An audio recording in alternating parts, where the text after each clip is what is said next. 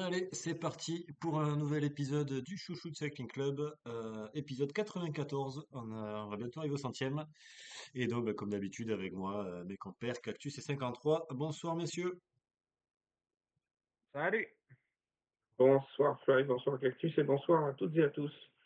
Effectivement, épisode 94, on se rapproche du numéro 100. Dites les amis, falloir fêter ça. Tout ça roulé. Ben, ça fait dans six épisodes, ça fait un mois et demi. Ah, ça va être trop tard pour Chambéry, hein. Malheureusement. Attends, je suis en train de me dire, ça sera peut-être un truc qu'il faudra décaler parce qu'il y en a un qui va être en voyage en Italie. En plus. Mais de toute façon, C'est ça va possible. être trop tard pour Chambéry. Chambéry, Ouais. ça fera éventuellement les 2 ans par contre. Donc on peut toujours faire quelque chose à ce moment-là. Ouais, on verra bien. On verra bien. On va attaquer directement les reviews des compétitions qui ont eu lieu la semaine écoulée et on commence par du gravel. Ouais, rapidement, on en avait parlé un petit peu la semaine dernière, qu'il y avait une course de gravel à Turnout, qui a permis les premières qualifications pour les championnats d'Europe et championnats du monde. Donc, bon, on a vu notamment Baladin Tric qui s'est qualifié. Après, j'ai plus exactement tous les résultats. Il me semble que c'est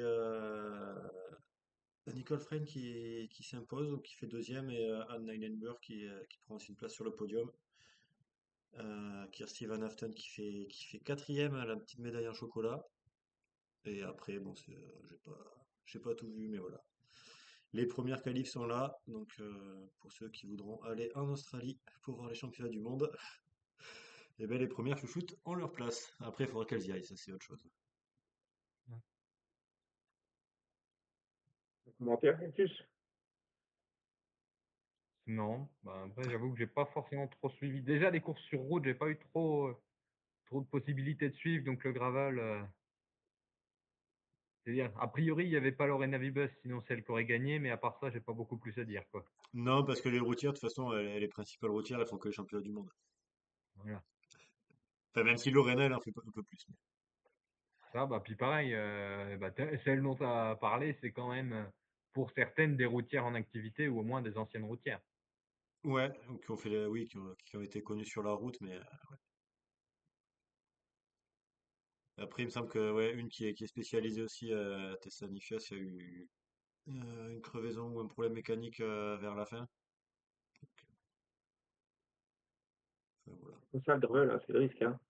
Ah, ça, c'est sûr. Encore plus. Tu vois, moi, j'ai une paire de pneus là qui rechange juste à côté. C'est pas pour rien. Ok, on va revenir sur la route. Il y aura peut-être moins de crevaisons, encore que. Et Fly, tu étais, je crois, en bord de route ce week-end. Ouais, alors peut-être on va commencer par les courses qui avaient lieu dans la semaine, pour faire dans l'ordre. Bah, si tu veux, oui, effectivement, ce serait pas mal. C'est mieux. Donc il y avait une course en Belgique du côté de Nokere. Bah tiens, d'ailleurs, je suis passé par le Nokereberg samedi. Mais ça n'avait aucun rapport puisque du coup la course était avant. Et comme d'hab, j'étais pas à l'heure. Donc c'était une course qui avait, je pense que j'avais dit dans la preview qu'une certaine Lotte Kopecky serait parmi les favorites. Et ben voilà, Lotte Kopecky est allée s'imposer, donc c'est sa troisième victoire sur Nokere. Et là, elle s'est imposée au sprint devant quand même de bonnes sprinteuses, hein, puisque deuxième, on va retrouver Oui, Charlotte Cole, et troisième, ça va être Lara Gillespie. Donc voilà, pas des grimpeuses quoi. Donc voilà, victoire de non, c'est Lotte sûr. Kopecky. Et un bon résultat pour Charlotte Cole. Ouais, aussi. Bon, je pense qu'elle visait la victoire aussi, mais bon, malheureusement, Lotte était un peu au-dessus. Mm. Mm. Disons Et donc après, oui, Cactus. que effectivement, j'avais été un peu, dire, pessimiste. C'est vrai que je m'étais basé sur ces derniers résultats qui étaient pas forcément en, je vais dire, les meilleurs, donc ces derniers résultats de novembre 2025. Mais c'est vrai que on peut l'oublier un peu vite, que même s'il y a eu des résultats moins bons, on va dire, que ce qu'on aurait pu espérer, elle a quand même gagné le ronde, etc. Donc elle rappelle que c'est encore une des toutes meilleures mondiales, même si on avait pu un peu je vais pas dire l'oublier, mais la placer un peu plus en retrait derrière d'autres, sur les derniers temps et je m'inclus complètement là-dedans. T'écoutes pas OK, assez OK. ça. Et donc, vas-y, vas-y. Non, je dis, il écoute pas assez ça, notamment son podcast She Rise, dans lequel elle parle de l'autocopéki à chaque fois.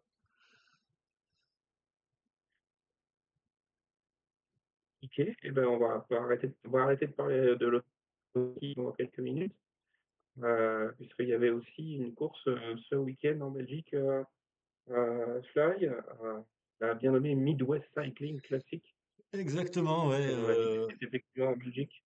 Ouais, c'était en Belgique, ouais, j'y étais. De toute façon, je serais pas parti aux États-Unis pour une course. Mmh. Ouais, c'était une course super intéressante pour ceux qui étaient sur place parce que vous pouviez les voir plusieurs fois.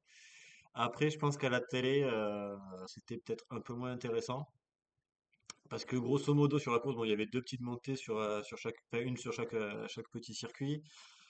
Mais grosso modo, il n'y a pas eu d'échappée. Et en fait, le seul moment où il y a eu une échappée, c'est Catherine Declercq qui était sortie. Et j'ai entendu, en parlant avec ses parents après la course, qu'en fait, elle n'a pas tenté l'échappée puisque son plan c'était de jouer le sprint. Mais c'est qu'a priori, elle aurait roulé un petit peu trop fort à un moment et personne l'a suivi. Donc elle a pris quelques mètres d'avance. Donc elle aurait pris ouais, une dizaine, quinzaine de secondes, mais voilà, c'était pas pour tenter de sortir. Surtout qu'elle était toute seule, donc elle aurait pas fait non plus grand-chose. Donc elle est Donc partie après, en échappée à l'insu de son plein gré? voilà, c'est un peu ça. Complètement, ouais. Et non, si après, je crois, à deux tours de l'arrivée, il y a eu un petit groupe qui a tenté de sortir, mais qui est pas allé très loin parce que bon, ça a pas tenu un tour. Donc ouais, clairement, c'était qu'un peloton qui a fait le trou, qui a fait la course et quelques coureuses qui ont été prises dans des chutes. Alors pas trop grave, je crois que peut-être la plus touchée c'était Annabelle Thomas qui a eu une petite fracture. Mais voilà, rien de bien grave. Et puis bon, des coureuses qui ont été lâchées parce que voilà, ça roule fort quand même devant. Et donc ça s'est terminé au sprint, un sprint où on a vu Martina Alzini lever les bras malgré sa deuxième place, puisque a priori elle aurait levé les bras un peu trop tôt. Et c'est peut-être une surprise, je dirais, Lonneke Uneken qui allait s'imposer pour la Volker Wessels, plus connue sous le nom de Park Hotel. C'est pas celle que j'aurais mis leader, que je voyais gagner pour l'équipe. J'aurais peut-être plutôt vu Scarlett Souren qui prend aussi une place dans le top 10, ainsi que Florin Bolks. Donc voilà, bon. Très bon résultat quand même pour cette équipe par Cotel. Donc victoire de Lonneke Uneken, deuxième place pour Martina Alzini pour la Cofidis et troisième place pour Hélène Esters de la Live Oulala Devo. Bien, très bien, merci Fly. Moi, je vais vous emmener en Italie, puisqu'on avait aussi ce week-end quelques petites coursettes du côté transalpin, à commencer par la version femme de 2100 Remo, donc pour la deuxième année. La grande question était de savoir qui allait succéder à Lorena Vibes, vainqueur l'an dernier de la première édition de la nouvelle ère de 2100 Remo femmes. Je vais d'ailleurs repasser très vite la parole à Faye, vous allez voir.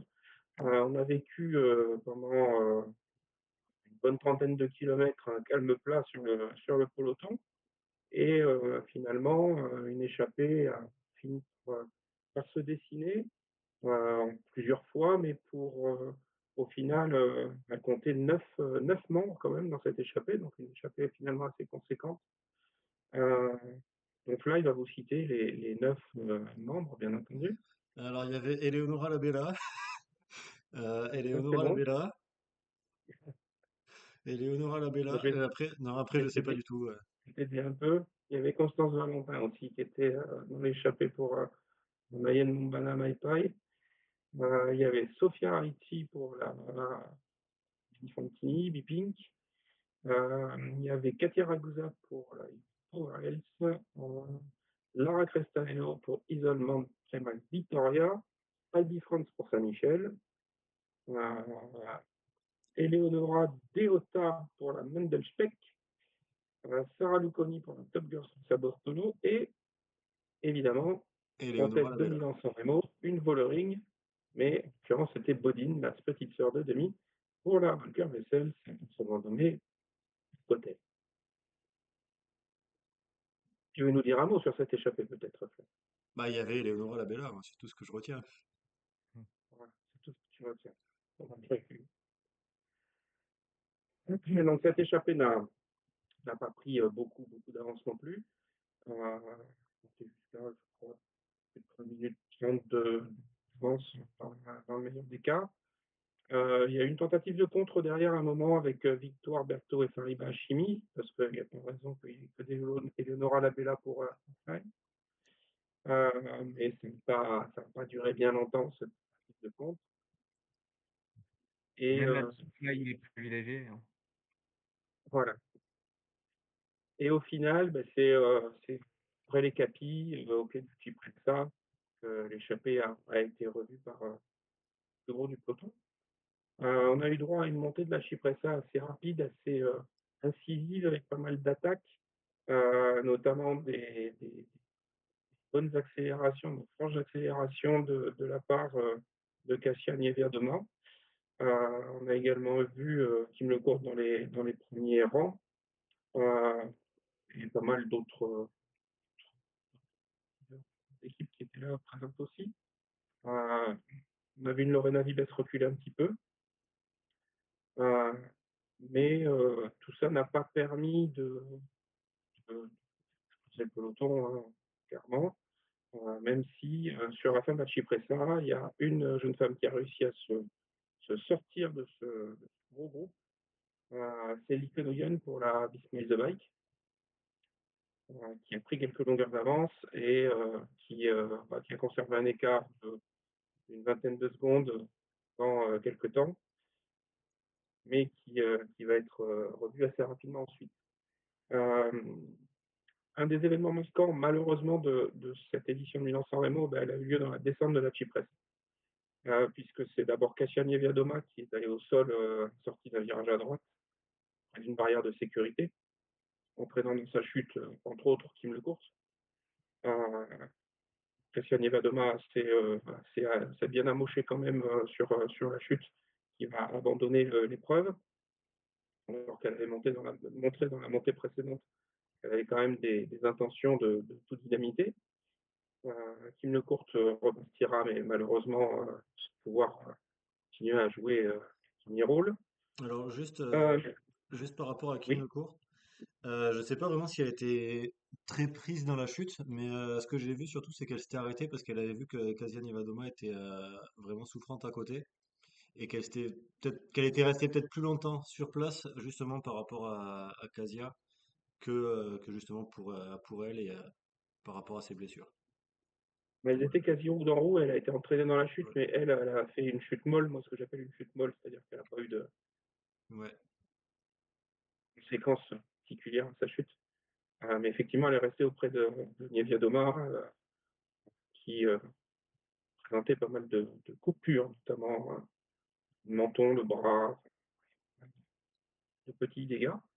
Et cette chute a malheureusement, puisque c'était en sortie de virage à droite et en aveugle, malheureusement occasionné sur-accident, avec dès le départ une coureur qui a basculé par-dessus la petite rambarde de sécurité et fait une première chute de 2 mètres environ, je pense, hein, 2-3 mètres visuellement.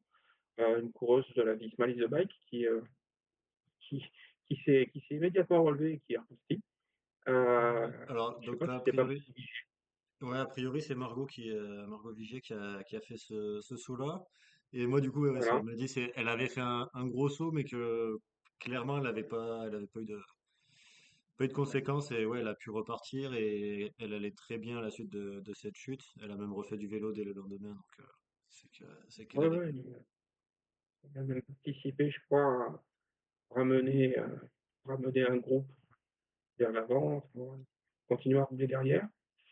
Et puis à la suite de ça, sont venus s'empiler encore quelques jeunes femmes, dont Déborah Silvestri de la Laboral, qui a elle aussi fait une chute, on va dire à peu près comparable à celle de Margot Vigier, un petit peu plus avant, donc probablement d'une hauteur un tout petit peu plus importante, mais qui elle, ben, en chutant, s'est retrouvée, projetée, quasiment tête en avant, heu et a réagi pendant quelques secondes, voire minutes, quasiment sans bouger, donc ça a donné quand même pas mal d'inquiétude à tous les suiveurs de la course, puisque la chute était quand même assez impressionnante et puis, bah, bien vu que la jeune femme était malheureusement, clairement touchée, heu, que, bah, je rassure tout le monde si vous n'avez pas eu les infos déjà, mais elle va à peu près bien, hein, compte tenu encore une fois de la chute qu'elle a fait.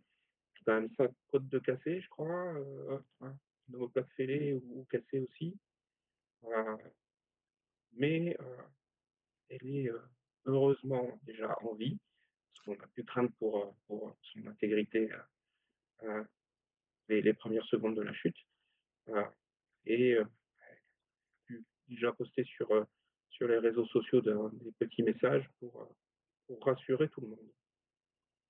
Donc voilà, c'est des chutes qu'on n'aime pas voir, qu'on n'aime surtout pas voir en direct, heu, qui font effectivement très peur, mais heureusement, pour une fois, ça finit bien. Ça finit bien, ou à peu près bien compte tenu de la chute. Ce n'est pas si mal. Ouais. Voilà, aussi, ça aurait pu être pire. Mmh. Donc voilà, pendant ce temps, bah, la course a donc, continué. On a donc, revu, rapidement, Lee qui était parti, comme la Suppressa, seule face à tout un groupe qui roulait derrière, c'était tout aussi compliqué pour elle. Heu et on a abordé le Poggio pour, la dernière montée, de cette course. Heu et puis, beh, sur cette montée du Poggio, on va avoir, à nouveau des quelques attaques, un petit peu moins parce que Nicolò n'était plus là. Je pense qu'elle se serait retrouvée. Mais on a vu, notamment Nicola Noskova qui a essayé de prendre la poudre d'escampette, mais qui a été, rapidement rattrapée, dès que le peloton s'est décidé à rouler. Et on a eu un groupe qui a fini par se détacher, comprenant notamment, 2 UAE LQ, Monica Monarsic et Laura Gasparini. Heu, on a également, Noémie Ruegg qui était dans ce groupe, heu, Lotte Kopecky et ce groupe s'est quand même détaché à l'initiative d'une concurrente, en l'occurrence Peterson, qui, heu, qui a essayé de mettre un petit peu d'animation, dans cette montée du Poggio. On peut le remercier. Au final, bah, ce groupe ne va pas être revu malgré, quand même, bien roulé, derrière. Les UAE-LQ, bah, vont tenter de profiter de leur nombre en faisant rouler notamment Dominika Wlodarczyk, heu, mais ça ne suffira pas et c'est Lotte Kopecky qui va, l'emporter au sprint devant Noémie Ruegg et Leonora Gasperini dans le podium de ce Milan-San Remo. Vous aurez compris que Todd Peters est au pied du podium et il commence son régime chocolat et John Plastic ayant roulé au 5e de ce groupe. Et c'est évidemment Luana Vimes qui règle le peloton, arrivé quelques secondes derrière, devant Ali Wollaston, Elisa Balzano, Charlotte Cole et Chiara Consoni. Voilà pour ce Milan-San Remo. Chez Milana-San Remo. Voilà, Milano Sanremo. Ouais, Allez, ben, juste, non, juste si vous avez des pour rajouter ouais, dans le chat, Joe nous mentionne aussi ouais, que Mireia Benito, en plus de Kim Loko, donc Mireia s'était arrêtée pour notamment aider à Deborah Silvestri et puis voilà, faire que les secours viennent l'aider. Donc c'est un très beau geste aussi de sa part, alors qu'il y avait la course devant. Et voilà, ben, justement, Laboral qui l'a remercié pour ce geste. Et aussi, et ça ouais, j'ai vu passer des commentaires aussi de certaines personnes qui ont commenté la chute de manière très négative, en disant que voilà, c'était des femmes, elles savaient pas rouler, tout ça. Bon, bah, sachant que chez les hommes, ils n'ont pas forcément fait mieux, puisque aussi ils ont eu une grosse chute, mais bon. là, ce qu'on disait sur, Kim LeCourt, ça m'a fait penser à un incident qu'il y avait eu sur Liège Homme en 2022 où on avait eu une grosse chute avec notamment Alaphilippe et Romain Bardet qui s'était Ouais. arrêté pour ça. Je me suis dit et enfin, là, sur le coup, ça m'a vraiment fait penser à ça parce que, bah, des exemples où un favori potentiel s'arrête pour vérifier qu'un ou une autre coureur va bien, j'en connais pas des masses. Voilà, au début, je voulais juste dire: «Ah bah, voilà, faut voir, mais peut-être que Kim LeCourt va pouvoir faire podium dans 2 3 ans comme c'était arrivé à Bardet». Mais voilà, c'est vrai qu'il n'y avait pas eu ces commentaires-là pour le coup, sur cette, chute sur neige, mais bon, après, on Non, va bah, dire comment ils regardent les courses féminines, hein? ouais, quand c'est des hommes qui tombent, bah, c'est Voilà. tout à fait normal. C'est des warriors, ils se battent, tout ça. Mmh. Mais c'est vrai que quand on voit, bah, par exemple, Philippe Gilbert qui était tombé, bah, qui a fait peut-être une chute un petit peu pareille sur le Tour de France, il n'y avait pas eu de commentaires négatifs par rapport à lui. Mmh. Pas rater. Mmh. Voilà, que ces gens qui sont là juste pour ces commentaires, ben, qui continuent de regarder le cyclisme masculin, hein, on n'a pas besoin d'eux. Ouais. Moi, j'ajouterais aussi que, il faut le signaler, heu, c'est aussi les premières qui ont informé de chute de Deborah Silvestri, c'est les autres coureurs qui Mmh. étaient, arrêtés sur la chute et qui ont indiqué, notamment aux gens de l'organisation, qu'il y avait une grosse priorité qui se trouvait en contrebas, et qui était Deborah Silvestri. Ouais. Ça s'est vu en direct d'ailleurs et c'est une coureur qui indique que Deborah se trouve, en dessous. Bah, justement, il me semble que c'est Mireia Benito qui est juste après, C'est bien qui possible. en signe. OK. Bon, ce Milan-San Remo alors, qu'est-ce que vous en avez pensé, par rapport à l'an dernier où on avait eu une course peut-être un peu plus molle? Ben, moi, très content de la présence d'Eleonora Labella dans l'échappée. Après, j'ai pas vu la course, donc voilà, c'est tout. La satisfaction du samedi, c'est bien. Ouais. Mmh. Non, bah, oui, c'est vrai que l'année dernière, on avait eu le scénario attendu, on va dire, avec la victoire au sprint de Lorena Wiebes malgré des attaques. Logiquement, si on peut dire, ça a tenté de pas amener Lorena Wiebes au sprint. Techniquement, ça a marché. Ça n'a pas empêché la victoire d'une coureure de la SD Works qui commence par l'eau, mais ça a marché. Et non, bah, du coup, c'est Un petit peu plus dynamique et plus intéressant, j'ai trouvé que l'an dernier. Bon après, il me manque toujours des kilomètres, hein, sur mmh, cette classique, être Milan-San Remo. Milan-San Remo, c'est la course la plus longue de l'année chez les hommes. Ça doit être la course la plus longue de l'année chez les femmes. Il y a pas à tortiller donc mais voilà, oui, c'est vrai que côté masculin, un des points qui est intéressant, on peut dire, c'est qu'il y a toute l'usure depuis le départ qui joue. Parce que oui, en soi, la Cipressa et le Poggio, c'est pas des monstres, mais avec 250 kilomètres dans les jambes, c'est pas tout à fait la même chose. Donc même si on va pas mettre 300 kilomètres chez les femmes, on n'a pas cette même dimension de voilà, de course éreintante, je trouve. non mais voilà, après je ne sais pas quelles sont exactement les règles du CI, mais il faudrait qu'il y ait 180 ou 190 kilomètres sur une course comme celle-là et que ça soit Mais dans la après limite autorisée par l'UCI, puis ouais. Puis après, il y a des questions pratiques aussi en fonction de où est le départ, comment est-ce qu'on peut s'organiser pour atteindre une telle distance, tout en ne perturbant pas la course masculine parce qu'il faut voir les choses en face, ça va toujours être la course masculine qui aura la priorité. Ouais, Ouais, ouais, après on peut faire à partir les voir. les femmes aussi, puis voilà. Mais voilà, ça peut être des tours de circuit, ça peut être Oui. un parcours un peu adapté, mais bon. Mais après, ouais, il y avait des histoires, bah, justement, faire le départ de Gênes pour ne pas l'avoir sur, bah, comme, similaire au circuit des hommes, pour ne pas commencer par une difficulté dès le début qui aurait vraiment changé la physionomie de la course. Mais c'est vrai qu'il y a toujours possibilité de faire un petit circuit ou des trucs comme ça pour rajouter des kilomètres. Après je reconnais que c'est pas évident, hein, parce que je sais pas si vous connaissez Gênes, mais vous avez des montagnes qui plongent dans la mer, hein, Ouais, concrètement, hein. Donc c'est compliqué d'aller chercher, dans l'arrière-pays, un bout de plat, il y en a pas, hein, du tout, du tout. ouais. Bon, après, oui, Les arrêts ça dépend d'où ils font le ouais, départ. Mmh, ouais, enfin, si ça part de Gênes, j'imagine que la ville de Gênes met un petit peu de sous, aussi là-dedans. Heu, Arriver à trouver un circuit qui reste au bord de mer, c'est peut-être pas si évident que ça. Ouais, ça OK. mmh, et ben voilà, en tout cas, on voit que l'Otto Kopecky est en forme. Ouais. Si vous aviez Combien écouté notre bien encore podcast de une l'année équipe. dernière, de la semaine dernière, ce n'était pas ce qu'on disait, mais Mmh. maintenant elle est lancée. On On va voir avait, si, on avait, si elle va on avait continuer. encore des doutes, Ouais, pas trop Et prouvé. de toute façon, si on était des experts, ça se saurait. exactement. Allez, on passe au Giro del Pennino Donné, donc Tour des Apennins femmes, qui se courait dimanche, suite Mmh. de Milan-San Remo. On a retrouvé d'ailleurs quelques-unes des concurrentes présentes sur Milan-San Remo. Euh, on va la faire plus courte là-dessus, hein. J'avoue que j'ai pas suivi Il n'y avait pas l'entièreté Kim de la course Lecourt? non plus. Hein? Il n'y avait pas Kim Lecourt?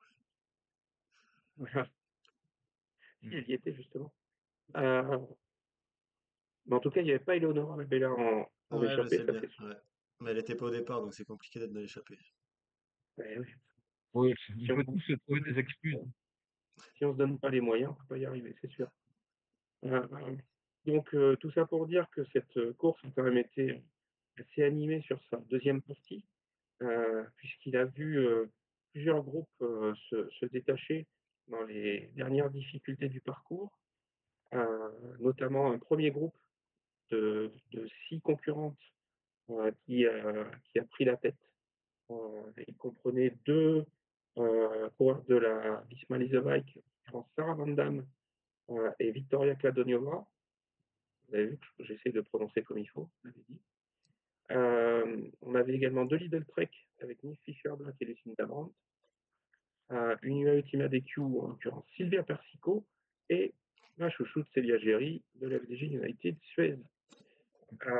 Derrière ce groupe, on a vu sortir en chasse-patate Monica Trinca Colonel et un autre, elle sortait d'un autre petit groupe qui s'était également constitué dans les dernières difficultés, qui comprenait petites, de 3, 4, 5, 6, 7, 8, 8 jeunes femmes à la poursuite du groupe de devant. Au final, donc, ces groupes sont restés en l'état pour aller se disputer la victoire finale. Victoria Kladoniova a tenté une belle sortie dans le final, mais malheureusement s'est trompée de route dans la dernière ligne droite d'arrivée. Au tour de la dernière ligne droite, elle a pris les dérivations, parce qu'elle avait quelques mètres d'avance sur le reste du groupe. Ça lui a coûté la victoire qui lui était pourtant promise. C'est donc un sprint qui a été lancé entre les concurrentes restantes, sprint qui a été remporté par Sylvia Persico, devant Lucinda Brandt, Sarah Van Damme, Célia Géry, Nick Fischer Black, et donc la pauvre Victoria Kladoniova qui est arrivée 17 secondes derrière ses collègues.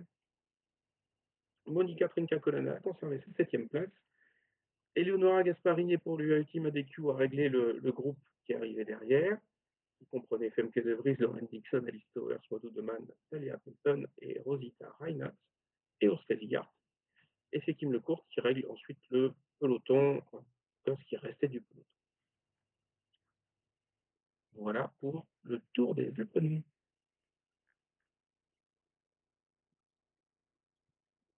Si, il faut que tu nous parles des championnats panaméricains. Mmh. Bon, on va faire vite, hein, parce que je veux dire, c'était pas forcément, je vais pas dire que c'était pas intéressant, mais c'était un profil qui était plutôt pour un sprint et effectivement, on n'a pas eu de grosses surprises. Donc chez les juniors, c'est la colombienne Salomé Vargas qui s'est imposée et côté élite, eh ben, c'est une victoire chilienne avec Catalina Sotocampos, qui va ramener des points qui vont faire, du bien chez Laboral et un autre maillot en plus de son maillot de championne du Chili qu'elle n'aura donc que sur les chronos. Et donc on pourra La voir à quoi grande, ressemble c'est le des- maillot panaméricain sur la route.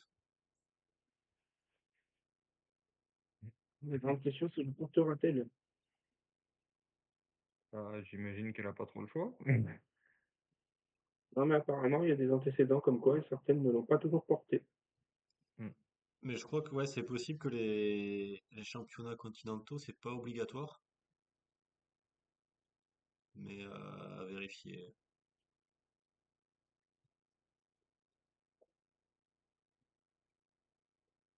Il y a d'autres à dire sur ces championnats panaméricains, visiblement. pas Moi, particulièrement. j'y étais pas, donc je sais pas. Ok, eh ben, tu y étais pas encore, mais tu vas peut-être y être. Ça va nous présenter Fly, une petite ronde autour de Bruges et Gand-Wevelgem. Enfin, il en reste. Ouais, effectivement. Donc c'est le Ronde van Bruges qui est le nouveau nom pour Bruges de Panne, puisque ils ont voulu changer un petit peu la course et donc ne plus faire cette arrivée à Panne. Bon, c'est peut-être aussi puisque les municipalités ont donné plus d'argent. Je ne suis pas dans les coulisses du truc. Après, le final était assez dangereux, j'allais dire. Il y a souvent eu des chutes, bon, notamment Ouais. chez les hommes, que le final était le même, mais il y avait régulièrement des chutes, donc ça a pu aussi jouer. Alors, Pour- ouais, tu dis ça, mais j'ai discuté avec plusieurs personnes qui ont un peu regardé le circuit en préparant la course et qui m'ont dit que avec tous les aménagements urbains qu'il y aurait sur la course, c'est pas forcément plus safe. Donc ça sera aussi une course dangereuse, mais peut-être un peu moins pour le final, mais surtout de la Oui, course, voilà. ça devrait être dangereux et il risque d'y avoir des chutes quand même, malheureusement. Oui, voilà, il fallait, entre guillemets, changer l'arrivée à Deux Pannes qui était dangereuse. C'est pas pour ça que l'arrivée est forcément meilleure. Voilà. Hop, je vais vous mettre le circuit. Hop, c'est la course qui est là-haut. Donc voilà, donc ça fait vraiment deux boucles autour de Bruges. Une première qui va être une boucle de 95 km et après une plus petite qui fera une soixantaine de kilomètres, mais un circuit relativement plat, donc qui devrait s'adresser aux sprinteuses. Donc ça serait pourquoi pas pour Lorena Vibes si elle est au départ. Sinon, on peut voir des coureuses comme Charlotte Cole qui était en forme la semaine dernière ou d'autres sprinters. Je crois que Chiara Consoni est aussi annoncée au départ. Donc voilà, pourquoi pas une de ces trois qui ira s'imposer. Ou pourquoi pas une échappée, comme on avait vu en 2023 avec la victoire, c'était Pfeiffer Georgi qui s'est imposé. Mais bon, c'était différent parce que c'était voilà, l'arrivée avec à deux pannes, avec notamment De Meuron qui est un endroit très propice au vent et aux bordures. Donc là, ça sera peut-être pas le cas du côté de Bruges.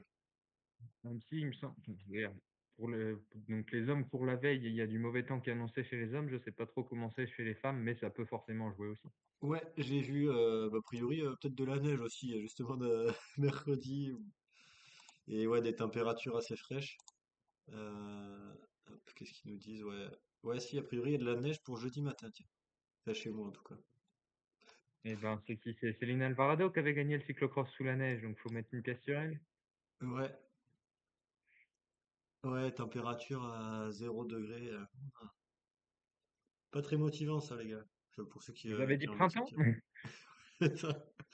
Ben, franchement, ce week-end sur la Midwest, alors moi le matin, quand j'ai commencé à rouler, faire ma sortie, il faisait 3 degrés brouillard. C'est resté comme ça jusqu'à midi, enfin, jusqu'à 11h30. La course démarrait à midi et après il y a eu grand soleil, limite 15 degrés.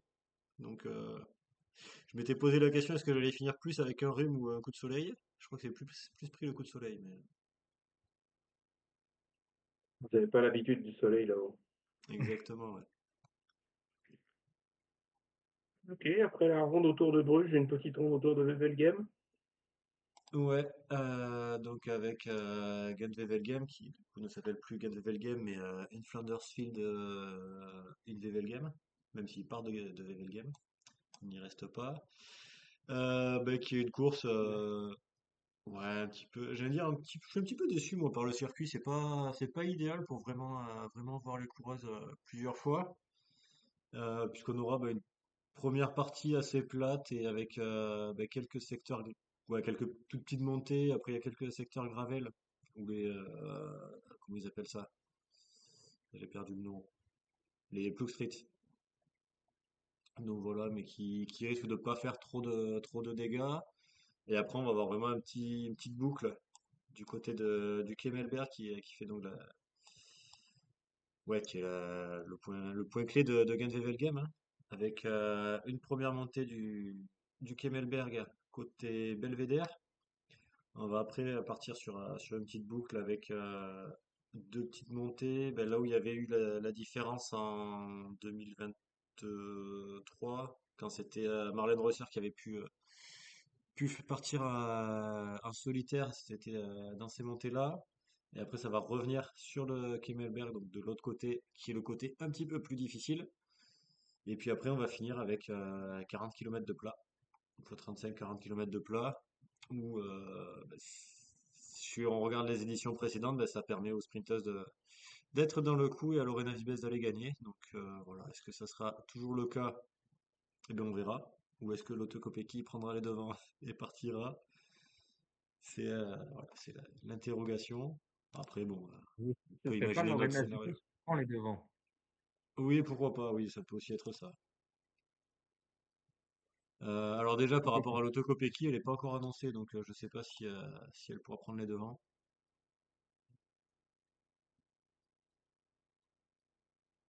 Mais voilà, sinon Moi, c'est je vrai vois que ça. parmi les favorites, c'est quand même des sprinteuses qui sont annoncées, donc on verra bien.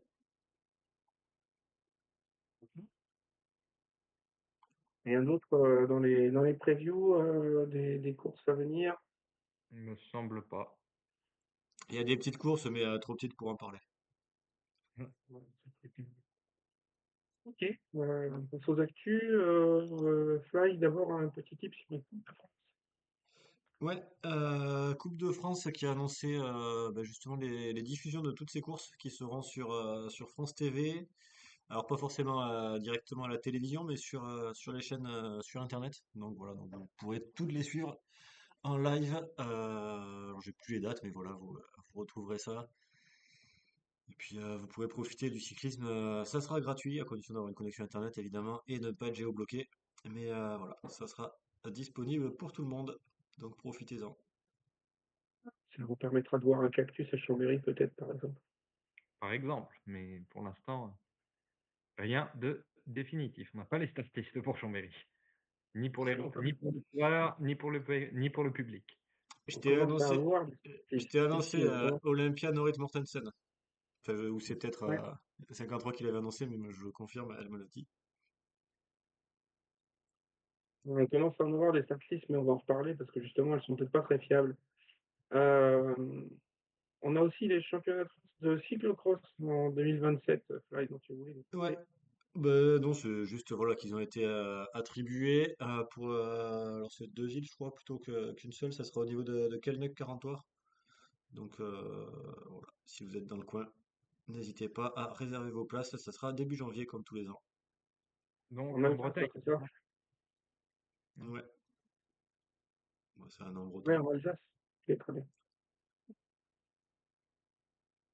Ok,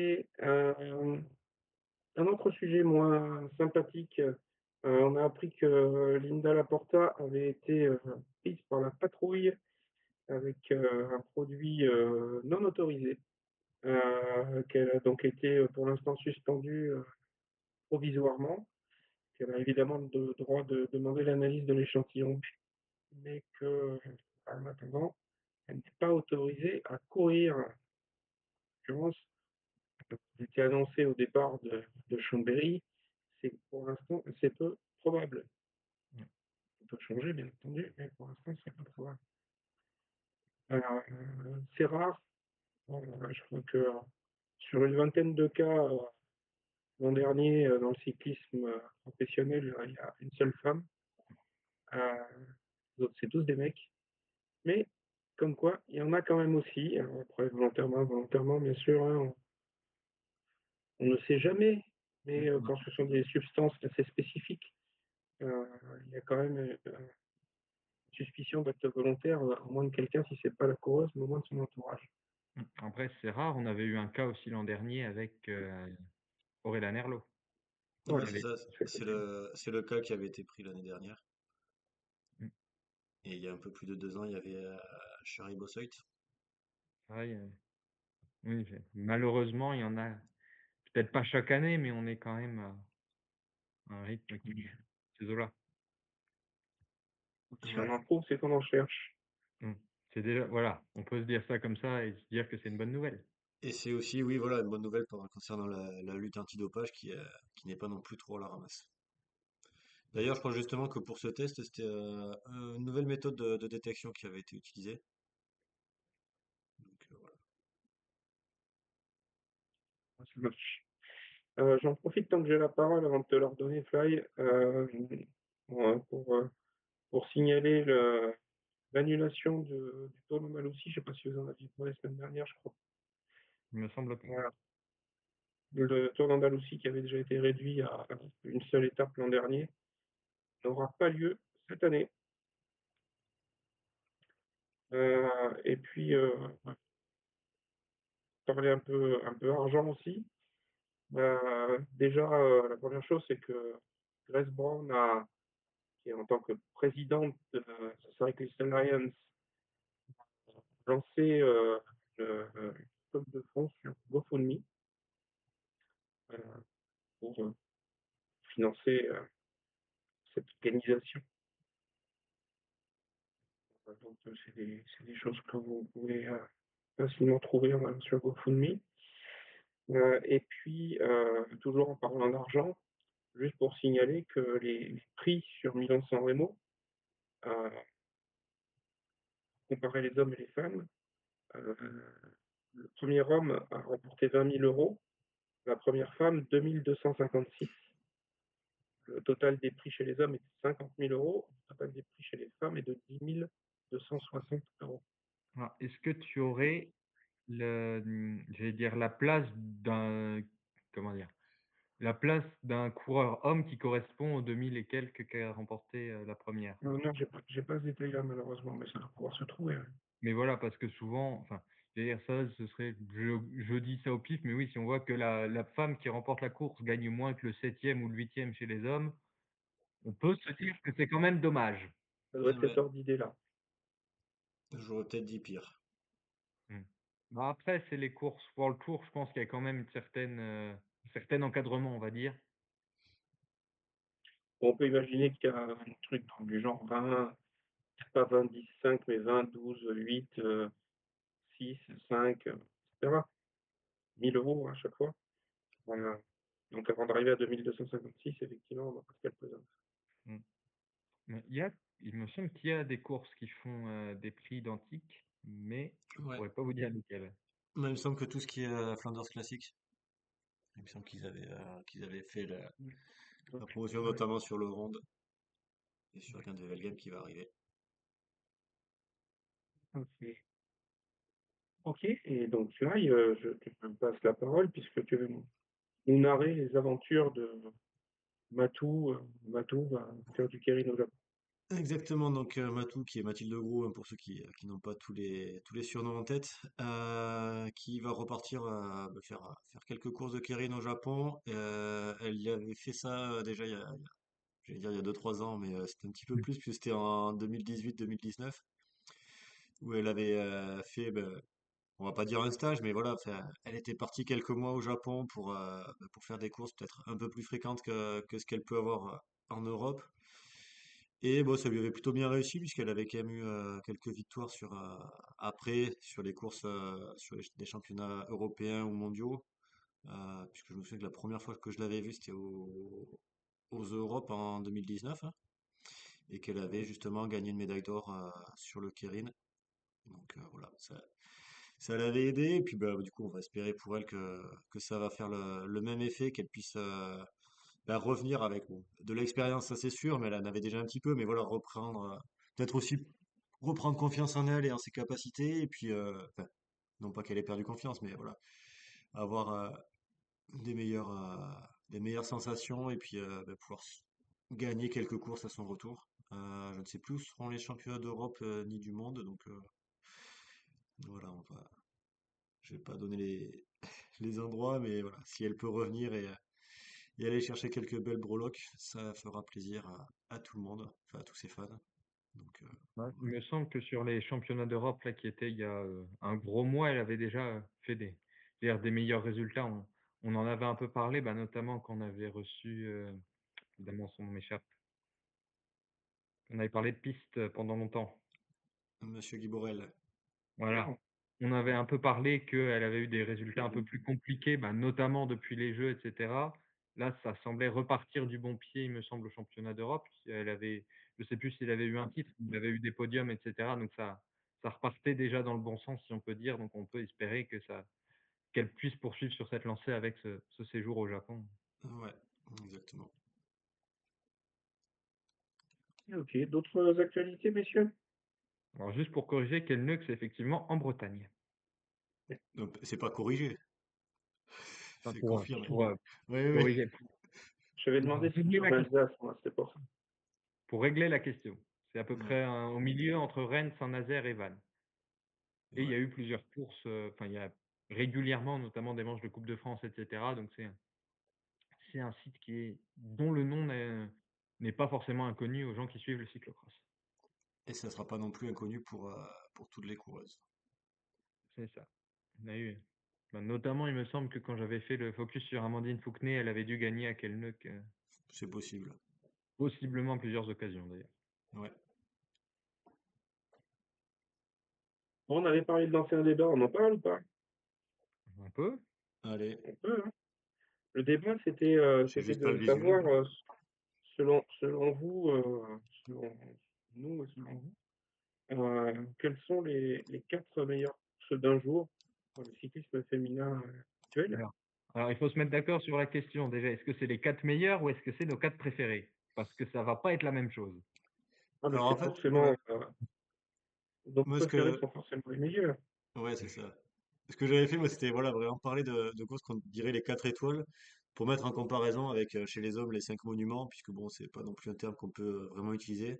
Donc voilà, avoir nos 4 étoiles qui seraient les quatre courses les plus importantes, les 4 meilleures. Voilà. Bon, après, de toute façon, Parce que voilà, comme je le dis, on- on peut pas être objectif, donc autant l'assumer jusqu'au bout et dire voilà, c'est nos 4 préférés.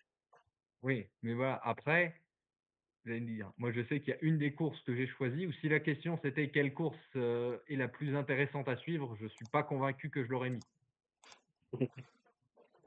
Après, oui, Mais c'est bon, ça, ça peut être est-ce que c'est la plus intéressante à suivre, la plus prestigieuse, voilà, bon, chacun ses critères, quoi. on fait quoi? On fait en vrac ou vous avez un ordre? Non, vas-y, commence. Non, enfin c'est plus si on fait de la quatrième à la première? Ou Oh là, vas-y, si tu as un classement, fais-le. Je suis pas sûr qu'on en ait, nous, ouais. bah, c'est Ouais, pour ça que je vous demande. j'ai pas forcément de classement, donc Moi, je vais commencer avec la quatrième qui va être celle c'est-à-dire qui est pour l'instant par défaut, puisque donc c'est celle, oui, oui, j'allais dire par défaut, j'ai mis les mondiaux de par notamment la variété, on va dire, que ça peut apporter là où souvent les courses d'un jour, comme leur nom l'indique, c'est des classiques, donc c'est un parcours qui reste assez régulier, on va dire, au fil des années. Donc voilà, les mondiaux en théorie, parce que Mhm. là, voilà, ça fait quand même plusieurs fois où on a des parcours assez vallonnés. C'est Ça devrait permettre un peu plus de variété, de ce point de vue-là. C'est-à-dire, j'ai mis les mondiaux parce que je veux dire, parce que le maillot arc-en-ciel est iconique. Ça peut s'appliquer aussi aux championnats globalement, donc que ce soit championnats nationaux, championnats d'Europe, pour l'Ardèche justement, et cetera. Ok, en troisième position. Vous faites pas les vôtres? J'ai peut-être mis Non, non, je pense que bah, c'est même mieux pas. s'il y en a un qui fait les 4 et comme ça on peut voir avec lui pourquoi, tout ça, débattre sur ces 4 choix. donc en troisième position, celle que je ne suis pas sûr que je classerai parmi les courses les plus intéressantes à suivre, la Mirabelle Classique. On Donc, se demande bien pourquoi. de toute façon, on part sur de l'objectivité. Ouais. Ah bah quand tu vois le Donc, résultat de l'année dernière, c'est forcément de l'objectivité, hein. voilà, donc Mais surtout, ouais, c'est ce que j'allais dire, un Mirabel classique dont le principal highlight, j'ai pas forcément de mot en français pour ça, mais le point d'intérêt principal, on va dire, c'était d'avoir pu permettre un sextuplé de la Volker Wessels, donc avec les 6 coureurs aux 6 premières places l'année dernière. Et là, pour le coup, c'est un parcours qui bouge un peu plus, donc, donc c'est organisé par le club des Macadam Cowboys, qui sont aussi la structure de l'équipe qui était Komugi, qui est maintenant Abadi Magnan. Donc, c'est une équipe qui est ancrée au niveau de la Lorraine et surtout de la Meurthe-et-Moselle, d'où le nom de Mirabel d'ailleurs. Et voilà, le parcours n'est pas fixe. Là, cette année, enfin l'année dernière, c'était Pont-à-Mousson-Longwy, quelque chose comme ça, ou Mont-Saint-Martin, mais voilà. Là, je crois que cette année, ce sera pas le même parcours, etc. Donc, c'est un parcours qui est sur la Meurthe-et-Moselle et environ, mais c'est pas aussi figé qu'une course comme la deuxième que j'ai choisie, par exemple, qui est Paris-Roubaix. Vas-y, Paris-Roubaix en plus. Paris-Roubaix alors. Ah bah, la première, ça pouvait pas être une autre, donc forcément. Et puis si, je vais quand même mettre Paris-Roubaix devant la Mirabelle classique. J'aime bien la Mirabelle, mais faut pas déconner. Et donc, quoi de beau sur Paris-Roubaix, parce que il faut bien en parler. D'ailleurs, j'ai D4, c'est la seule où j'ai déjà fait une partie du parcours à vélo, on va dire. Parce que bah, la première, on en reparlera, mais non. La Mirabelle, non. Et les mondiaux, bah, vu que les derniers mondiaux en France, je suis pas sûr que j'étais né, ça doit jouer.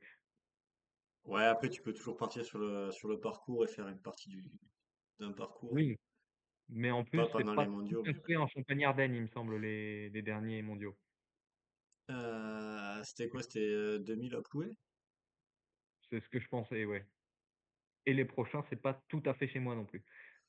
Ouais, c'est plus Il chez y a toi pas que chez moi, mais bon. Ouais, mais il y a pas beaucoup de vélos par chez moi, c'est ça le problème. Ouais, faut déménager. Tu vois, moi j'ai Ouais, oui, déménagé sur les routes de Paris-Roubaix. il faut organiser des courses, hein, ça me semble Tu peux être aussi une faire autre ça, ouais. alternative. Mais bon, pour Regarde, l'instant, 53, c'est ce qu'il fait, hein. Ah ouais, il va falloir aller chercher des partenaires aussi.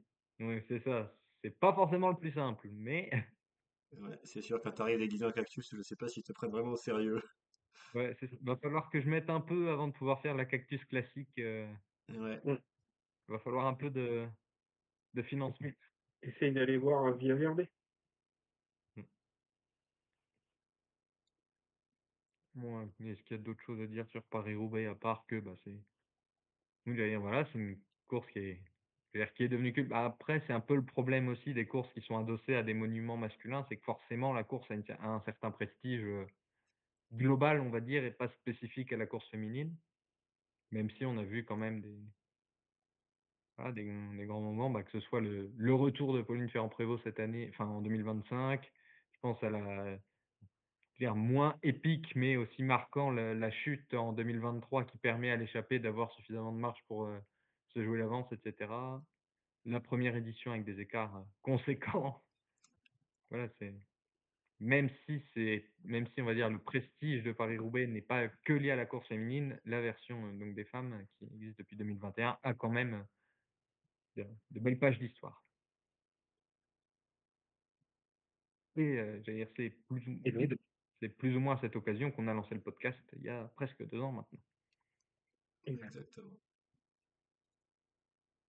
Et donc la numéro 1, bah, on a un peu évoqué plus tôt, ça va être le Grand Prix de Chambéry.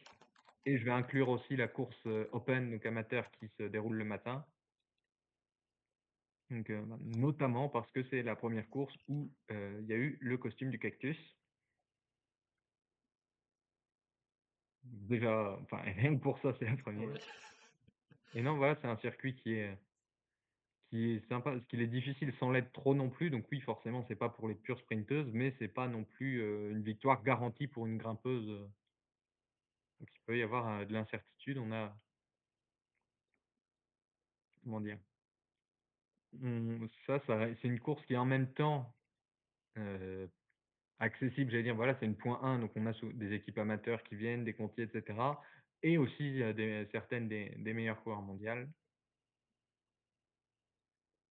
Et puis Ouais. voilà, c'était la première course de Valentina Cavallarchi Arkea. J'ai eu un bidon laboral, tout ça, il y a plein de trucs. Et Si donc, on parle de bidon laboral,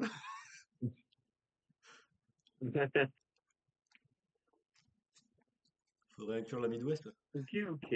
Bah, écoute, voilà. Et donc, si tout se passe comme prévu, classement, on devrait y retourner cette année. classement intéressant, Pictus. De manière très objective en plus, hein. Voilà. On ressent ça. Voilà, on voit toute l'objectivité. Mm. Toi, Fly, Ouais, ben moi je vais pas inclure que des courses où je suis allé parce que sinon il y en aurait beaucoup plus que 4. Déjà rien que sur cette année, je crois qu'il y en aurait un peu plus. Non, moi j'ai voulu prendre en fait des courses qui sont vraiment à part dans le calendrier. Et bon, j'ai choisi aussi 4 courses qui vont être dans 4 pays différents. pour montrer un petit peu voilà, éviter aussi qu'il y ait un pays qui soit plus représenté que d'autres. Donc mes quatre courses, ben, ça va être Paris-Roubaix, forcément. Ça va être l'Estrade Bianche, le Ronde van Vlaanderen et l'Amstel Gold Race. Alors bon, c'est peut-être possible que vous y attendiez un petit peu me connaissant que je choisisse ces quatre courses-là. Paris-Roubaix, ben, c'est Paris-Roubaix quoi. Déjà c'est écrit sur mon suite, c'est écrit derrière moi. Voilà, c'est ouais, je dirais la plus belle course du calendrier, celle où quand je vois enfin, non, c'est pas quand je vois la date, mais que je me dis, bah, de toute façon, qui est Paris-Roubaix, il faut que je sois à Paris-Roubaix. J'ai raté aucune édition de la course féminine. Et bon, pour les hommes, j'y suis depuis 2019. Voilà, pareil, j'ai raté aucune course. Et c'est vrai que c'est vraiment la course où je me dis, ouais, faut que j'y sois. Aussi parce que c'est des pavés et que je sais pas pourquoi, mais j'aime bien rouler sur les pavés. C'est un peu con, hein, des fois, mais bon, quand on est cycliste, des fois on est un peu con. Donc voilà, c'est vraiment une expérience à part où ben, les pavés sont vraiment beaucoup plus durs que ceux du Ronde, par exemple, ou beaucoup plus durs que sur les courses où il n'y a pas de pavés. Ça va de soi. Je peux pas confirmer la comparaison avec le Ronde, mais effectivement, on les sent passer. Ouais, voilà, bah, c'est vrai que oui, t'as fait notamment le Carrefour de l'Arbre qui est l'un des plus durs. Où ouais, vraiment, c'est pas que savoir rouler fort et tout. Il y a aussi vraiment ouais, une partie technique sur les pavés, savoir aussi être bien placé, pouvoir entamer les pavés au bon moment. Et voilà, la course peut se jouer un petit peu partout. Ben, on a vu ouais, différents scénarios sur les différentes années. Alors après, du côté spectateur, c'est vrai que on est un peu, enfin, voilà, comparé à d'autres courses, on peut les voir qu'une seule fois, ou on peut voir deux fois si on joue vraiment le jeu.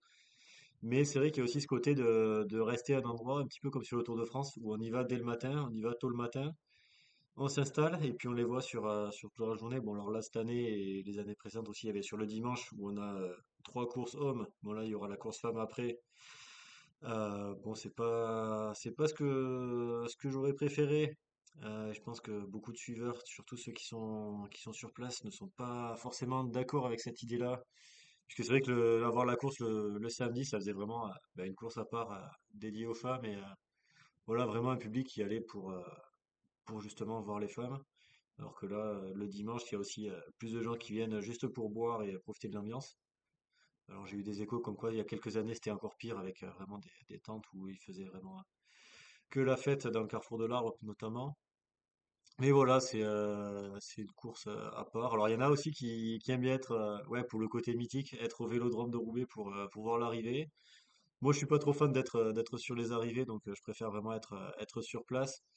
Et donc c'est vrai voilà avoir ce côté où ben, on peut aller faire on fait les pavés le matin pour s'amuser, on regarde la course après.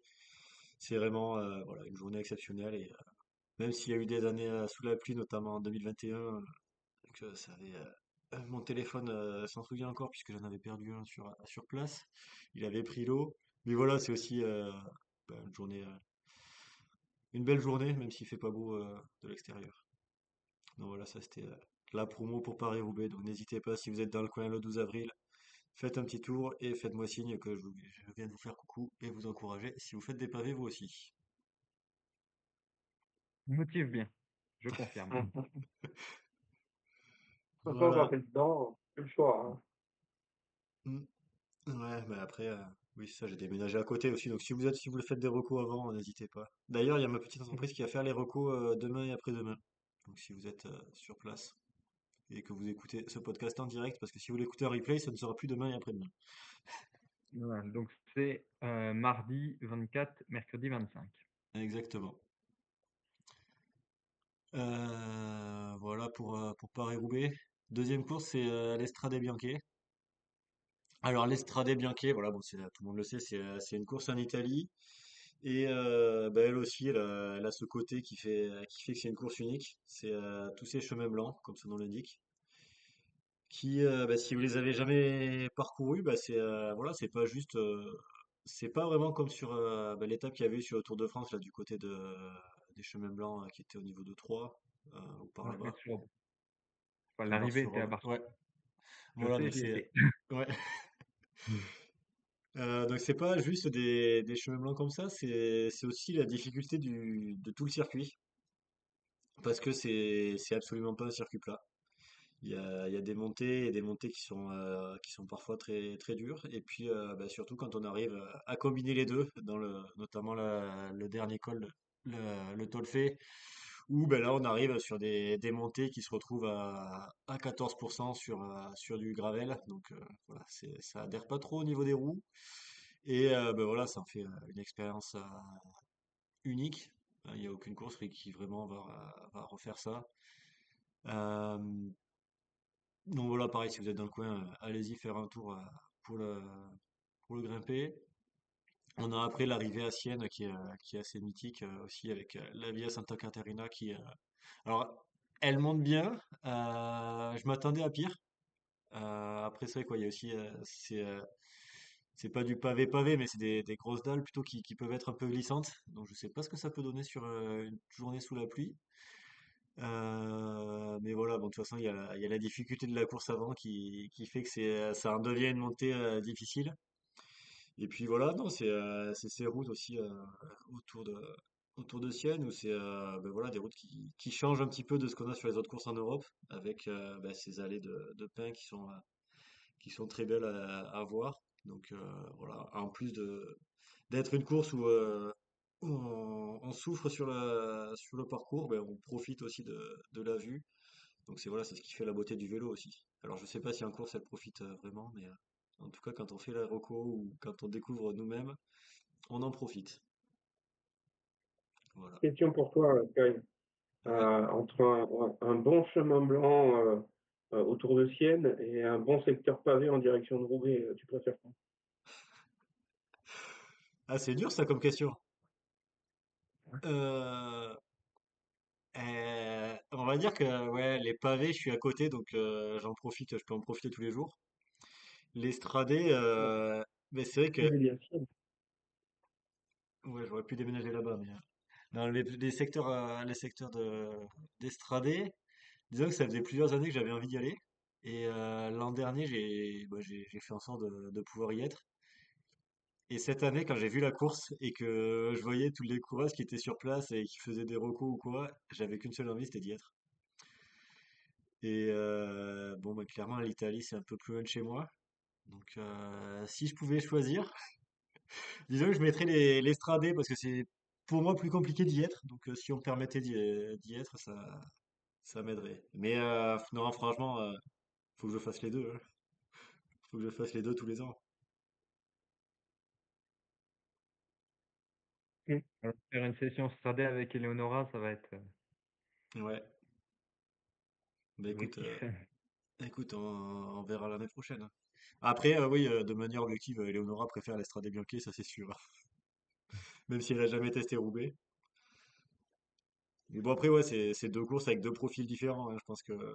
Mais je crois qu'il n'y a aucune coureuse qui a gagné les deux. Ah, si, peut-être Lotte? C'est Pékin, non? Ouais, si, Lotte Hmm. Kopecky qui a gagné les deux, mais je crois que c'est la seule. Donc Borghini, elle n'a pas gagné les Stradé? Si, Si, non, aussi, tout. oui. Ouais, Oui, bon, parce j'ai pas. qu'elle a gagné. Et puis Lizzie Deignan, je suis presque sûr qu'elle a gagné les Stradé aussi. Donc non, en fait, il y a... Ouais, bon, ok, j'ai pas regardé les stats, ça va. Enfin, je veux dire, il y a au moins la moitié des vainqueurs de Roubaix qui ont dû gagner les Stradé. Alison Jackson n'a pas gagné l'Estrade. Voilà. Pas encore. Ouais, Ouais, pas mais encore. Alison Jackson et Pauline Ferrand-Prévot qui n'ont pas gagné les Stradé pour l'instant. Enfin, il me Ouais. semble. Elle n'a pas gagné, Pauline, si? Non, Pauline, Non, elle n'a non. pas gagné. Oui, donc on Bon. est quand même sur une bonne moitié. Et ouais. Bon, est-ce qu'il y en a qui ont gagné les trois en rajoutant le Ronde van Vlaanderen? Oui, Lotto Kopecky. Voilà, Longo Borghini. Aussi, oui, bon, ok. Euh, Legnan, Legnan, ça m'étonnerait pas qu'elle ait un rondo aussi d'ailleurs. ouais, bon, ok. Alors On que verra. combien là-dedans ont gagné le Grand Prix de Chambéry?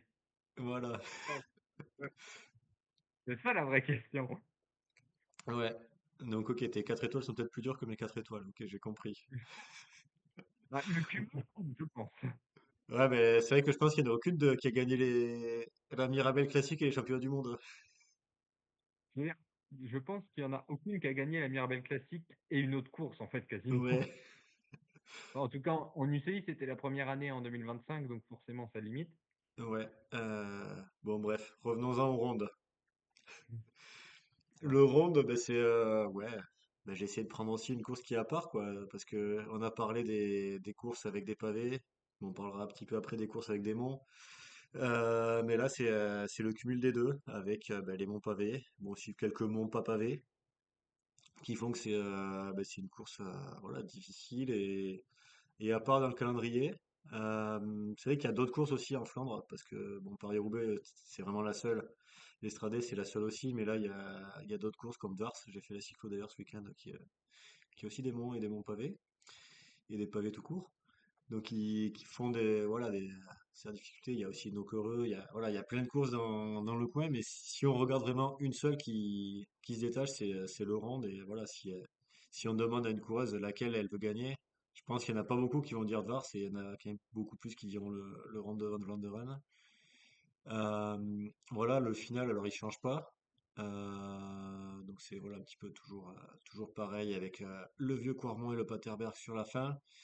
Il y a forcément plein d'autres montées, notamment, mince, j'oublie le nom, euh, le Koppenberg, qui sont voilà, des montées bah, très difficiles et qui font la sélection. Voilà, bon, j'ai aussi fait la cyclo moi, de ce round qui était peut-être ma plus grosse sortie, ma plus belle sortie depuis toujours. Parce que c'était voilà, la plus longue et voilà, c'était difficile, mais voilà, il y avait le côté, bah, le côté mythique qui m'a fait participer à cette course déjà et puis qui motivait aussi tout le long de la course, à se dire, ben voilà, je vais faire le round et je vais avoir ma médaille. Bon, je vais l'afficher là-bas. Mais voilà, c'est vraiment une course que j'avais envie de faire, plus que d'autres. Voilà, par exemple, la Gent-Wevelgem ou Dvars, je les ai faites aussi en cyclo, mais ça n'avait pas le même effet. Là, c'est vraiment ouais, se dire que c'est le Ronde, la plus belle course belge. Et voilà. Et puis, alors, c'est pas une course que j'ai faite tous les ans, contrairement à Paris-Roubaix. Mais non, il y a une année où j'hésitais à y aller. Et c'est vraiment le matin même, je me suis dit, bon, allez, c'est bon, c'est le Ronde, j'y vais. J'ai pas pu refuser ça. Donc ouais, c'est voilà une course pareille, une course à faire, hein.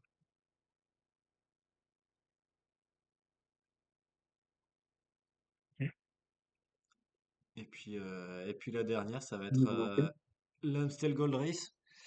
Alors voilà, bon, j'ai choisi une des Ardennaises. Alors j'ai pris celle-là, d'une part parce que c'était celle où j'habitais. Et après, c'est parce qu'aussi c'est justement pas en Belgique. Et ça permettait d'avoir voilà, 4 étoiles dans 4 pays différents. On sait que le cyclisme féminin néerlandais est quand même assez développé, surtout notamment au niveau des coureuses qui trustent un petit peu les meilleures places. Donc voilà, c'est aussi un moyen de remercier et de valoriser le pays. Puisque bon, après, si on regarde en termes de courses, c'est peut-être un peu plus compliqué pour organiser des courses là-bas, et notamment des courses qui sont pas plates. Puisque c'est vrai que dans le pays, c'est pas ce qui manque le plat, mais les montées, ça manque un petit peu. Donc là, voilà, c'est une course, mais un petit peu comme Liège-Bastogne-Liège et la Flèche Wallonne, où voilà, c'est vraiment des petites montées très courtes, mais très sèches, avec bah, notamment dans le final le Kuttenberg qui monte à plus de 20% et qui fait vraiment une très grosse sélection. Alors après, ouais, c'est vrai que le final, c'est toujours un petit peu toujours la même boucle. C'est vrai que moi, c'est peut-être un point que je regrette un petit peu, de ne pas aller bah, faire des changements sur le final à chaque fois, parce que c'est vrai que c'est un terrain quand même où il y a énormément de choix, et énormément de montées qui pourraient bah, donner une autre dynamique à la course, voilà, changer le final. Alors peut-être, voilà, s'ils veulent toujours avoir le Coberg sur la fin, ben, je sais pas, il y a d'autres choix. Voilà, faire un tour vers l'Eiser-Bosweg, ou voilà, plein de choix qui permettraient de varier les plaisirs. Et après, voilà, bon, c'est vrai que maintenant j'ai déménagé, je suis à 2 heures de route, mais un peu plus. Mais c'est vrai que c'est des montées que je connais par cœur encore. Et ouais, je me dis, c'est l'Amstel, j'ai envie d'y être cette année, quoi. Même si c'est loin, je ferai un petit peu l'effort pour y aller. Donc, ouais, c'est vraiment une course à part bon, qui a une place un petit peu particulière pour moi pour y avoir vécu. Et après, ouais, je pense que c'est aussi une course que beaucoup de coureuses rêvent de gagner, hein. On pourra demander à Lorena Vibes ce qu'elle en pense. Mais voilà, bon, c'est peut-être pas non plus la course qui est le mieux pour elle, mais voilà, c'est une course qu'elle veut gagner. Et voilà, c'est pas la seule. Donc voilà, mes 4 étoiles, 4 courses dans 4 pays, qui ont un petit peu des spécificités chacune, qui en font que voilà, elles sont vraiment toutes un petit peu uniques dans leur genre et qui font, voilà, c'est vraiment des courses à part. Et je disais par exemple entre l'Amstel et Liège, clairement s'il y en a une que je choisis de faire entre les deux, si j'en fais qu'une des deux, bah, ça sera l'Amstel, ça sera pas Liège. Donc voilà, voilà. Il y avait eu des petites variantes sur Amstel, non? Bah, il y a un petit peu au niveau du début du parcours, mais après non, le final c'est vraiment toujours le même circuit. Et il y avait ben, l'année en 2021, quand c'était l'année Covid, où c'était interdit au public, sauf si on est dans une forêt un petit peu reculée. C'était vraiment le circuit final qui avait été pris, il me semble que c'était 8 tours pour les femmes. Donc voilà, donc c'était vraiment toujours le même circuit. Ah si, il y a peut-être oui, une route qui est prise différemment sur le dernier tour, où ça va passer par la Mathieu Van Der Poel aller, plutôt que de continuer tout droit, passer à côté du moulin.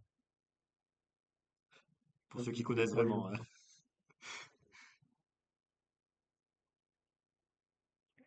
Ok. Ben moi, Mm. Vas-y. comme tu, comme tu l'as dit en introduction tout à l'heure, Fly a parlé de 4 courses, de 4 courses principales, de 4 étoiles. Au niveau du cyclisme féminin, ça ramène forcément au monument du cyclisme masculin.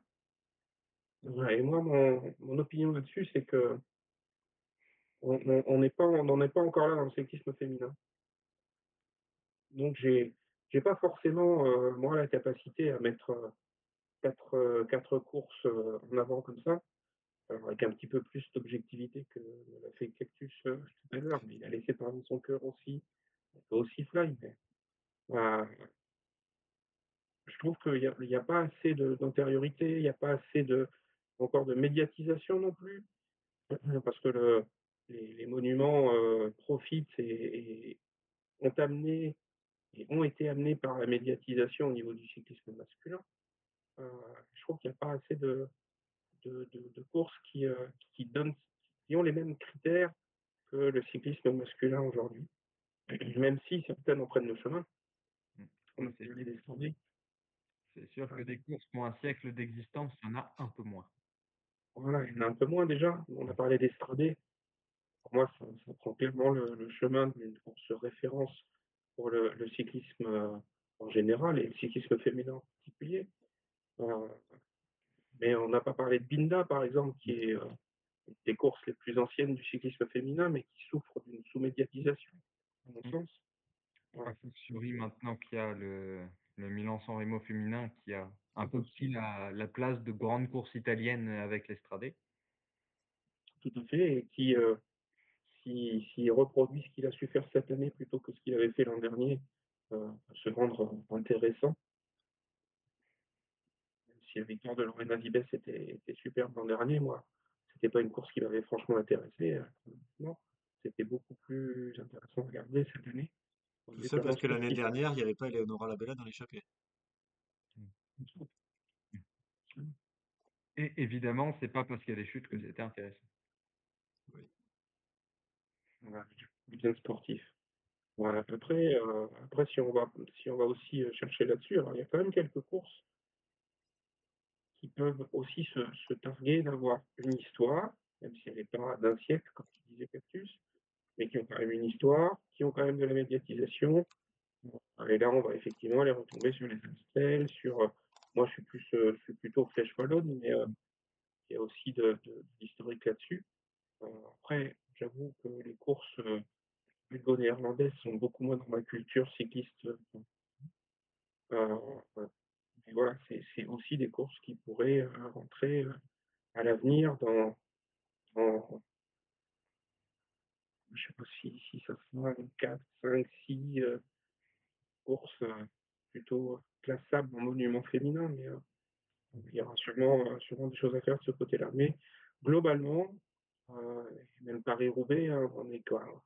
Il y a quelques éditions pour l'instant, euh, même si je pense que c'est un des meilleurs succès euh, de création récente de courses dans le cyclisme féminin. Regarde une course masculine qui est, elle, une référence. Euh, ouais, c'est encore un peu tôt pour pouvoir dire que c'est un monument du cyclisme féminin. Mmh. Après, voilà, je pense que Paris-Roubaix, je vais pas dire méritait plus sa place, mais est plus, spécifique qu'une course comme Milan-San Remo et j'allais dire «justifiait plus» entre guillemets qu'on ait une version pour les femmes aussi. Oui, oui, après, les monuments, pour moi, doivent avoir des spécificités. Euh, Paris-Roubaix, c'est les pavés. Là, il a très bien expliqué tout à l'heure. Les Strade Bianche, c'est les chemins blancs. Euh, voilà, il y a des spécificités. Et pour moi, encore une fois, et on l'a dit aussi dans cet épisode, Milan-San Remo, c'est à distance. Et Mmh. ça, pour moi, je ne l'ai pas aujourd'hui et ça me manque, clairement. Voilà, voilà, il faut des spécificités qui sont claires. On parle d'un Tour de Lombardie féminin. On a entendu parler pour Fiori 2027. Il y a des rumeurs qui tournent. Même si on a dit qu'on ne parlait pas des rumeurs, c'est quand même une rumeur qu'on entend quand même pas mal. Voilà, voilà, un Tour de Lombardie féminin, oui, mais ça sera un Tour de Lombardie uniquement si on retrouve les caractéristiques d'un Tour de Lombardie. Mmh. Puis Donc, même, j'allais dire, en étant volontairement caricatural, bah, le Tour de Lombardie féminin, il s'appelle pas Trofeo Alfredo Binda? ouais, oui. Il n'a pas, encore une fois, il n'a pas les caractéristiques d'un Tour de Lombardie, le Bindar, aujourd'hui. Mmh. Un Tour de Lombardie masculin, genre. Mmh. Il a ses propres caractéristiques. Bon, voilà, c'était intéressant de voir vos ressentis par rapport à tous ces mais moi, je pense qu'il en manque encore un petit peu pour sortir 4, en tout cas, pour ce qui me concerne. Donc on te Je sais pas s'il y a reposera des la question en fin d'année, c'est ça? ouais, peut-être. Euh, je sais pas s'il y a des réactions sur le chat. Fly, Ouais, on a ben, Joe qui nous a donné ses 4 étoiles et qui dirait l'Estrade Bianche, le Trofeo Alfredo Binda, Paris-Roubaix et la Flèche Wallonne. Donc on retrouve voilà, ben, deux courses que j'ai citées et ben, pareil, la Flèche Wallonne, c'est un petit peu dans le même genre que l'Amstel. Bon, c'est un peu différent puisque c'est vraiment l'arrivée qui fait la différence, quoi, avec ce fameux mur de oui. Et le trophée Obinda, ben oui, il y a peut-être aussi ce côté historique, on va dire, qui marque la course. Mmh. En mettant à part Binda qui est, plus que cinquantenaire, il me semble, c'est vrai que la Flèche, ça doit être une des courses actuelles qui ont le plus d'ancienneté continue. Parce que voilà, l'Amstel, il y avait eu déjà, enfin, comme le Tour ou comme, Milan-San Remo d'ailleurs, il y avait eu des versions antérieures, mais qui n'ont pas, duré tout le long. alors que finalement, la seule course qui vous fait des grands. Alors, trophée Obinda, la première édition. Attends, je suis sûr. C'est en 74. Ouais. Mais ça a été, enfin, j'allais dire, Covid mis à part, il me semble que ça a été ininterrompu depuis. Que l'Amstel, il y a eu quelques, enfin, j'ai regardé rapidement tout à l'heure, il y a eu quelques éditions dans les années 2000, mais ça a repris, si on peut dire, qu'à la fin des années 2010. Ouais, 2017 pour l'Amstel. Et la Flèche, ça remonte à 98. La flèche, c'est plus ancien.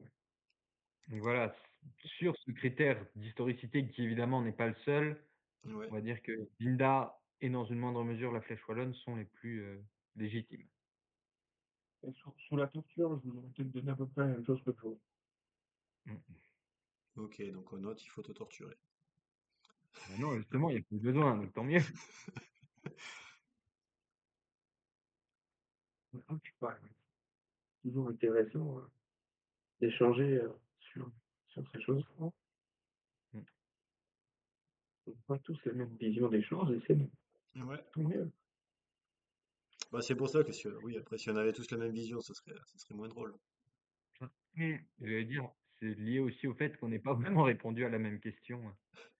Moi clairement, j'ai mis mes 4 préférés, enfin mes 3 préférés et une pour remplir, pour être tout à fait exact.